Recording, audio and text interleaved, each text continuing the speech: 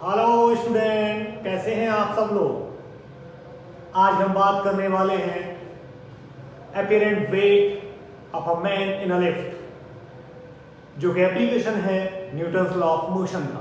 तो उसके बारे में डिस्कस करेंगे कि जो कोई भी पर्सन लिफ्ट में बैठता है तो उसका अपीरेंट वेट क्या होता है, क्या वेट में चेंजेस आते हैं, वेट क्या होता है, इन सारी बातों के बारे में डिस्कस करेंगे। मैं जितेंद्र तिवारी आपके अपने YouTube channel Rudra online classes से आपको ये सब एक्सप्लेन कर रहा हूँ। बेटा सबसे इसको टॉपिक को स्टार्ट करने से पहले मैं बात करूंगा पहले वेट के बारे में। लिफ्ट के बारे में सबको आइडिया होता है लिफ्ट क्या है। लिफ्ट एक ऐसी मशीन है जो ऊपर से नीचे, नीचे से ऊपर लाती रहती है, अपना जो भी करती है, ये हेल्प है ध्यान की। तो लिफ्ट के बारे में तो जनरली सबको पता होता है, मैं इसके बारे में डिस्कस नहीं करूंगा। तो वेट के बारे में पहले हमको समझना जरूरी है। वेट को समझने से पहले फोर्स ड्यू टू ग्रेविटी के बारे में जानना होगा। तो क्या है force due to gravity, gravity क्या है, तो इसके बारे में हमको डिस्कस करना है। तो पहले ध्यान सुनेंगे कि अर्थ ईच एंड एवरी बॉडी को अपनी तरफ अट्रैक्ट करती है।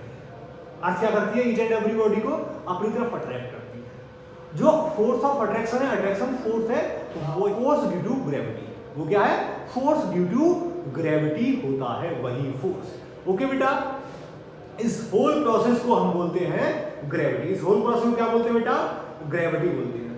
क्लियर बेटा। यदि ऑब्जेक्ट का मास m हो, एक्सेलरेशन हो, तो फोर्स ड्यू टू ग्रेविटी क्या आ जाएगा, फोर्स ड्यू टू ग्रेविटी क्या होगा बेटा, mg।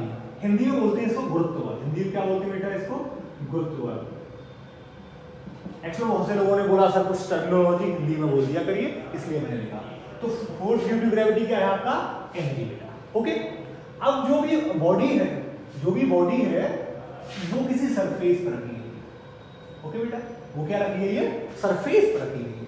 तो बॉडी का मास होगा, तो बॉडी इस जो सरफेस है उसको डाउनवर्ड क्या करेगी, फोर्स अप्लाई करेगी। फोर्स क्या करेगी, ये बॉडी आपकी जो इसका मास m होता तो एक फोर्स mg क्या करेगी, डाउनवर्ड प्रेस कराएगी, फोर्स लगाएगी।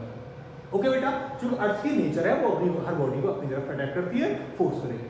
तो जो न्यूटन्स के थर्ड लॉ से जब ये बॉडी इसकी सरफेस पर एक्ट होगी तो क्या होगा, उतना ही एक रिएक्शन फोर्स होगा, बट वो क्या होगा, अपोजिट डायरेक्शन में। वो क्या होगा बेटा, अपोजिट डायरेक्शन में। ओके, हम कह सकते हैं बेटा विलियम्स कंडीशन में mg r = mg।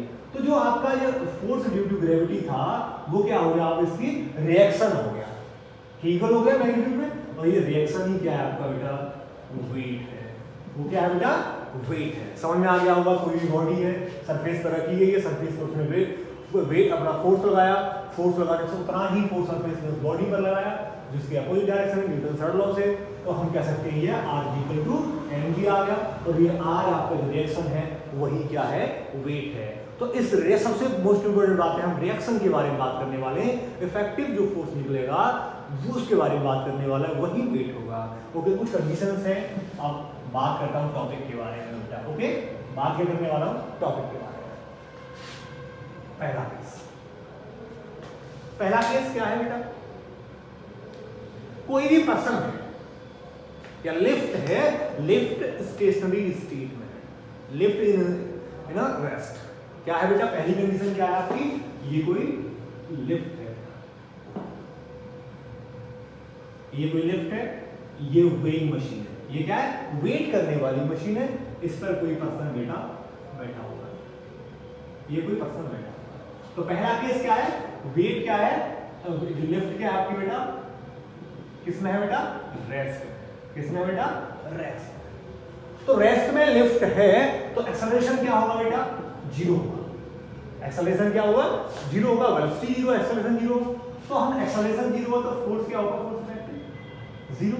तो इस केस में क्या हो जाएगा बेटा, देखो mg तो इसका नीचे होगा, r क्या होगा बेटा, इसका ऊपर होगा। तो यहां इस केस में r = mg। तो r क्या था आपका बेटा, अपीयरेंट वेट, जो अपीयर किया था सरफेस में बॉडी पर, और mg क्या था, एक्चुअल। तो हम कह सकते हैं w apparent = w एक्चुअल। तो इन this case apparent weight of a body are equal to actual weight. Okay बेटा, तो इसके केस में क्या होगा, apparent weight और actual weight क्या होंगे बेटा, एक दूसरे के इक्वल होंगे. ओके, अब दूसरे केस के बारे में बात करता हूं बेटा. दूसरा केस क्या है, a lift moves with uniform velocity in both directions. या तो अपवार्ड भी हो सकता है या डाउनवर्ड, कहीं भी हो सकता है. लिफ्ट यूनिफॉर्म वेलोसिटी से ऊपर जाए या नीचे आए बेटा. क्या करे, ऊपर जाए या नीचे आए, दोनों ही केस में बेटा. ओके, कोई प्रॉब्लम वाली बात है तो क्या होगा बेटा, तो उस केस में हम कह सकते हैं आपका अपवार्ड है डाउनवर्ड है. ये लिफ्ट हो गई बेटा, ये वेइंग मशीन हो गई, ये पर्सन. तो यहां लिफ्ट जा रही है तो वेलोसिटी में क्या है, वेलोसिटी आपकी क्या होगी बेटा, कांस्टेंट. वेलोसिटी कांस्टेंट, और वेलोसिटी कांस्टेंट है बेटा तो एक्सेलरेशन क्या हो जाएगा, जीरो. एक्सेलरेशन जीरो है तो जो फोर्स लग रहा है वो भी क्या हो जाएगा, जीरो हो जाएगा. ए इज इक्वल टू क्या हो जाएगा बेटा, जीरो हो जाएगा दोनों ही केस में. तो a is equal to zero है तो उस केस में हम कह सकते हैं R is equal to m g. R is equal to क्या हो जाएगा बेटा, एम जी. ये एम जी और ये ओके बेटा.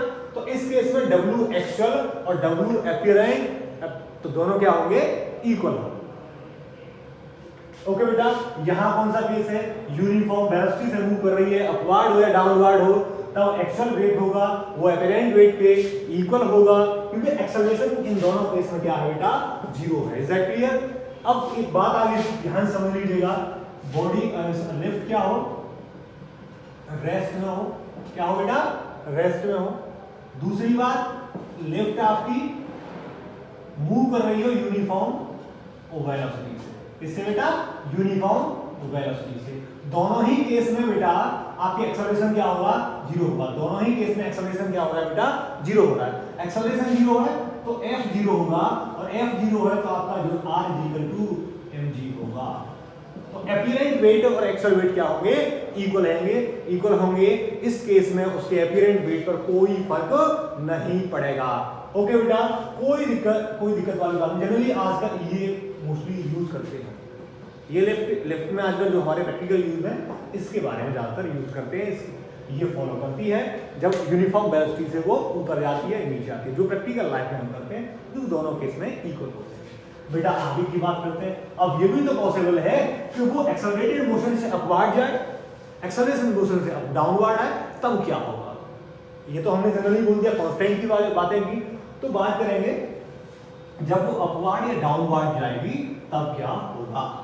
ओके बेटा, नोट करते जाएंगे. ठीक है, तो अपवार्ड की बात, मैं सारी चीजें फिगर की ड्रॉ कर रहा हूं समझने के लिए बेटा. ये वेइंग मशीन हो गई, ये आपका पर्सन. ठीक है बेटा, तो जब लिफ्ट ये क्या कर रही है बेटा, एक्सेलरेशन ए से मूव कर रही है फॉरवर्ड डायरेक्शन में. एक्सेलरेशन ए से क्या कर रही है बेटा, मूव कर रही है. तो वेट एम जी नीचे की तरफ होगा, आर ऊपर. रिएक्शन क्या होगा बेटा, ऊपर की तरफ होगा. एक्सेलरेशन क्या है, और इफेक्टिव डायरेक्शन क्या होगी इसकी, upward direction. Lift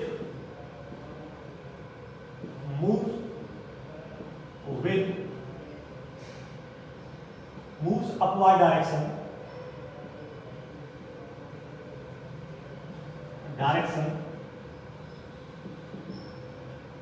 with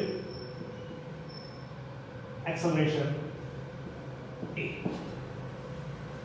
lift A acceleration के साथ अपवर्ड डायरेक्शन में जा रही है बेटा, तब क्या होगा, तो हम जानते हैं बेटा फोर्स इज इक्वल टू क्या होगा, मास इनटू एक्सेलरेशन।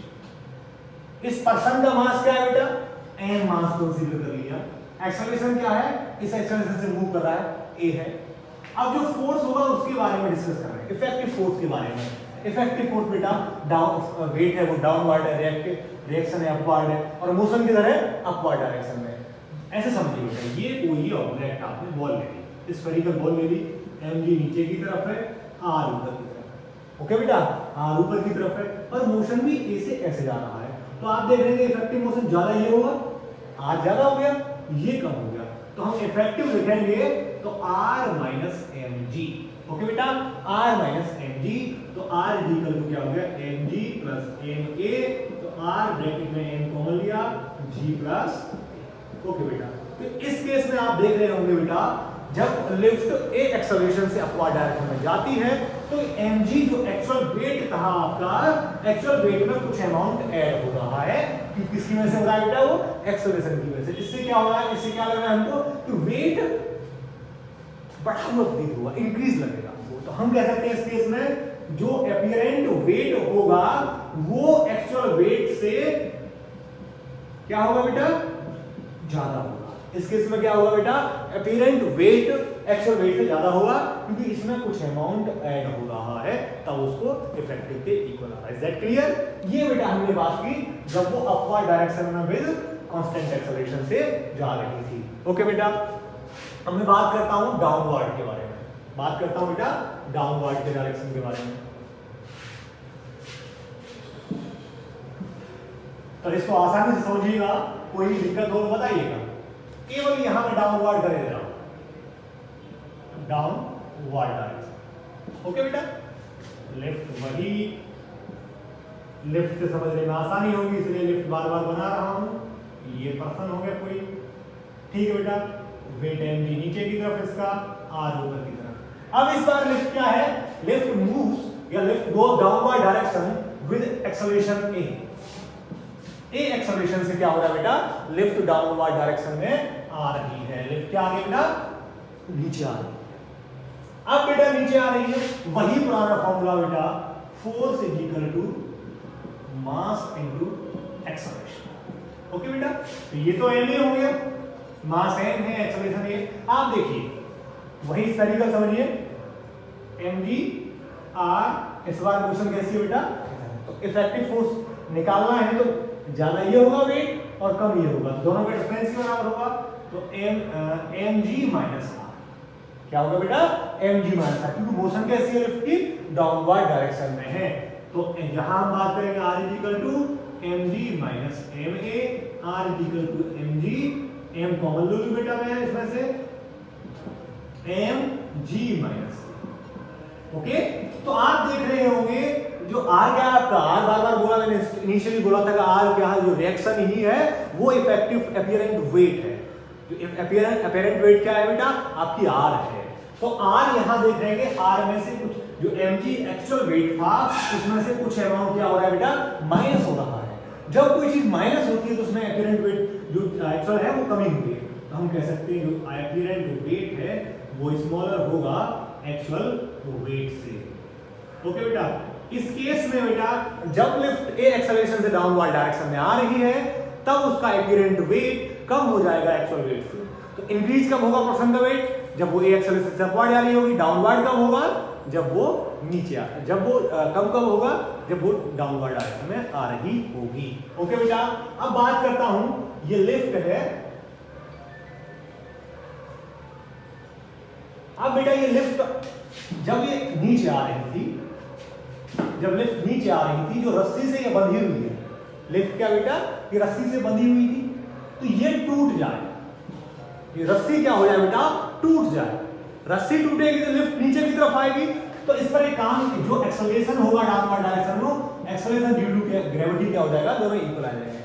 क्या होगा बेटा, एक्सेलरेशन और एक्सेलरेशन ड्यू टू ग्रेविटी क्या हो जाएंगे बेटा, इक्वल हो जाएंगे। इन दिस केस जब लिफ्ट, पहला टॉपिक क्या बेटा, जब लिफ्ट की रस्सी टूट जाए, string of a lift are breaking, क्या होता है बेटा, लिफ्ट जब रस्सी लिफ्ट की टूट गई बेटा, तो उसका एक्सेलरेशन लिफ्ट का और एक्सेलरेशन ड्यू टू ग्रेविटी क्या हो गया बेटा, इक्वल हो गए। ए और जी क्या हो गए इस केस में, इक्वल हो गए। और हमको पता था जब एक्सेलरेशन ए से आ रही है तो आर था mg minus ma, a equal to G है तो r इक्वल टू क्या हो गया बेटा 0, तो आप जो w एपिरेंट होगा आपका वो क्या हो जाएगा आपका 0।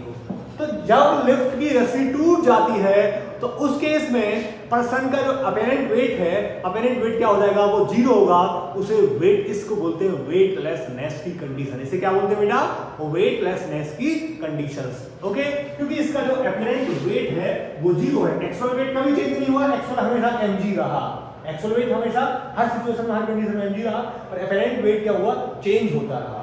ओके बेटा, mg रहा। ओके, मैंने अभी जो लिफ्ट के बारे में जनरल प्रॉब्लम सारी कवर की हैं कि पहले या लिफ्ट रेस्ट में हो या यूनिफॉर्म वेलोसिटी से मूव कर रही हो तो अपेरेंट वेट और एक्चुअल वेट इक्वल होंगे। अब दूसरा केस था कि जब लिफ्ट ए एक्सेलरेशन से ऊपर जा रही हो तो जो अपेरेंट वेट होगा वो एक्चुअल वेट से ज्यादा होगा।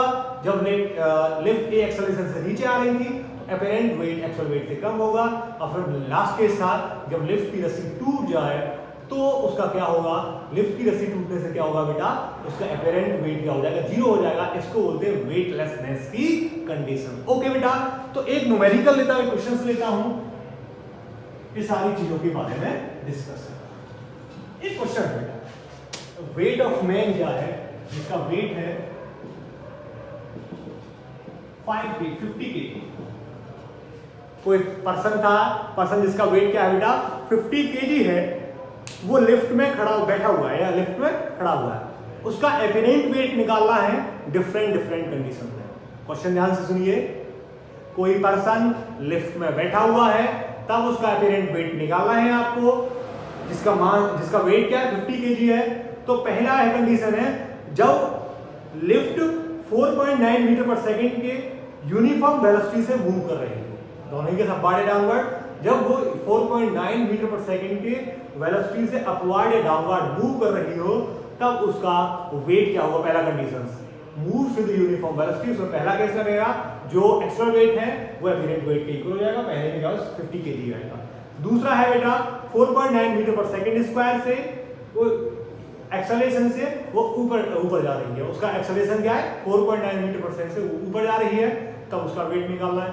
तो r equal to mg plus ma लग जाएगा।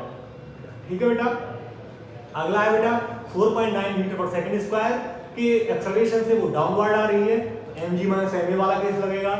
तो और एक बार ये अचानक लिफ्ट की सडनली लिफ्ट की स्ट्रिंग टूट जा रही है तब क्या होगा। ये सारे केस के बारे में आपको न्यूमेरिकल करना है और उसको कमेंट बॉक्स में उसके आंसर लिखने हैं। ओके बेटा, थैंक यू वेरी मच।